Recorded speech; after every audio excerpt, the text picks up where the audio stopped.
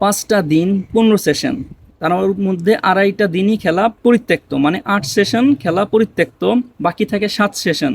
তার মধ্যে 121.4 বলেই বাংলাদেশি 20 উইকেট গিয়েছে, মানে 4 সেশনের মধ্যেই বাংলাদেশের 20 উইকেট শেষ।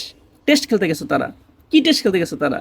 এক একজন বিশ্বসেরা খেলোয়াড়, এক একজন প্রায় 15-20 বছর ধরে বাংলাদেশ টিমকে সার্ভিস দিতেছে। মুশফিকুর রহিম ভাই, সাকিব ভাই, কি খেললেন আপনারা? ওইখানে লিটন ভাই আছে, মিরাজ ভাই আছে, আরো নতুন নতুন কত খেলোয়াড় আছে, কি খেলছেন? কিছুই খেলতে পারেন নাই।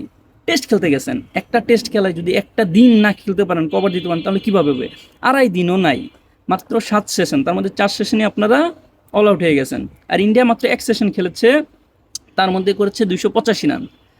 এই এই বোলিং লাইন আপ নিয়ে বিশ্বসেরা অলরাউন্ডার রয়েছে এখানে, সেরা পেসার রয়েছে, মিরাজ ভাই রয়েছে, এই অবস্থা। আপনারা 3 ওভারে 51, মানে 3 ওভারে 50, 10 ওভার 100 টেস্টে ভাবা যায়? এই বোলিং লাইন আপ আপনাদের। 34 ওভারে 285, 34.4 ওভারে। এ তো ওয়ান ডেতেও এত রান খাওয়ার মতো না। আর টেস্টের বল, টেস্টের পিচে আপনারা 34.4 ওভারে খেয়েছেন 285 রান।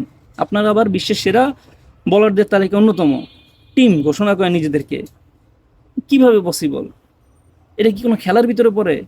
শিওর ড্র ম্যাচ, কোনোভাবেই এটা ইন্ডিয়া জিতার কথা না, সেখানেও ইন্ডিয়া জিতেছে। ইন্ডিয়া জিততেছে, আফসোস নাই।